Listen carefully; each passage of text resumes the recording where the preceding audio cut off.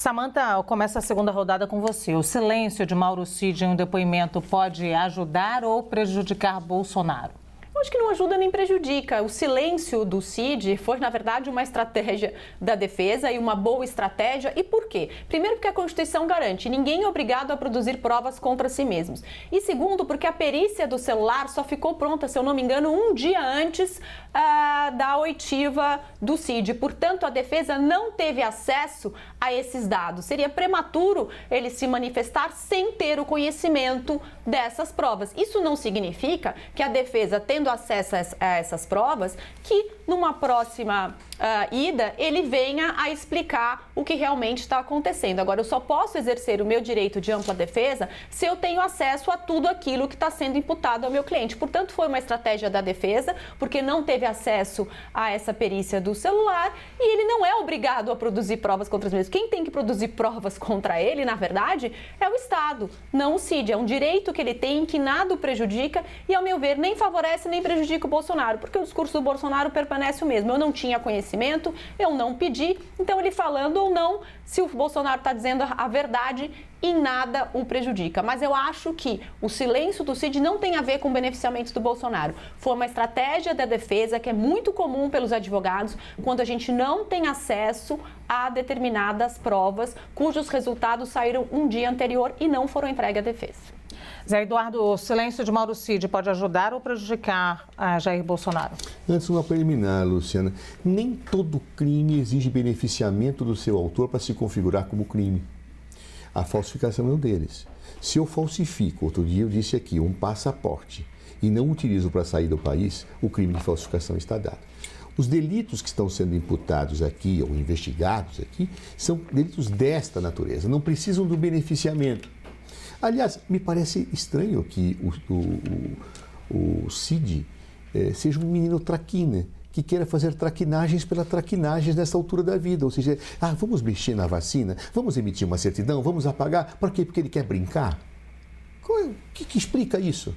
Não há explicação possível, a não ser chegar e apontar para aquele que mandava nele, para aquele a quem ajudava as ordens a executá-las. Essa é a situação que é difícil dizer que não exista uma ligação para o Bolsonaro, apenas que ele apresente uma tese de defesa muito consistente.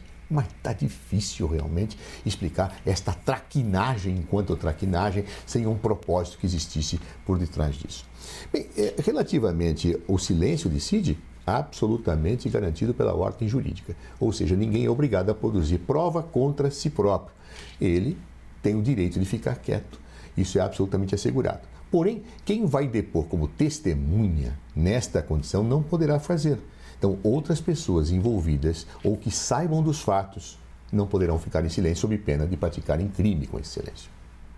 Muito bem, Samantha, 1 minuto para a réplica. Bom, eu não entendo que isso tenha sido uma traquinagem, pelo menos do que a gente tem visto até agora, que a imprensa divulgou e a gente não tem acesso a esse inquérito, é que, na verdade, existiu uma dúvida do Cid e da esposa na questão de vacinação das suas filhas, o que também não estou justificando a adulteração da vacina. Isso é da carteira de vacina, isso é crime. Agora, é permitido constitucionalmente a escusa de consciência. E ali você viu uma discussão entre pais com receios das consequências das vacinas, receios plenamente justificáveis. Qualquer um que visse o que a Pfizer exigiu para aprovação da vacina, se isentando de qualquer responsabilidade e qualquer consequência advinda da dose, tanto é que a gente precisou da aprovação de uma lei no Congresso Nacional em que o Brasil assume o risco de indenizar qualquer consequência vinda da vacinação, poderia ter o receio e a dúvida de se vacinaria ou não o seu filho, e não acho que isso seja traquinagem. Talvez pode até ser que isso justificou a adulteração, que é crime. Veja bem.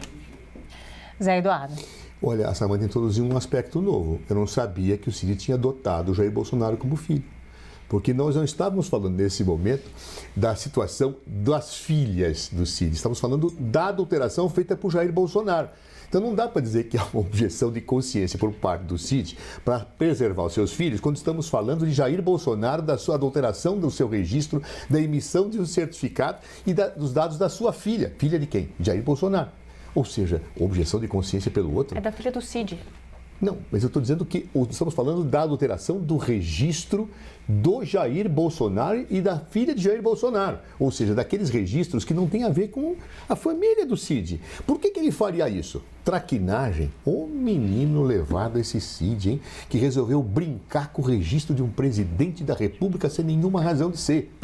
Percebem, os senhores e as senhoras que nos assistem, que não há lógica nenhuma nessa situação, a não ser um comando do próprio Jair Bolsonaro?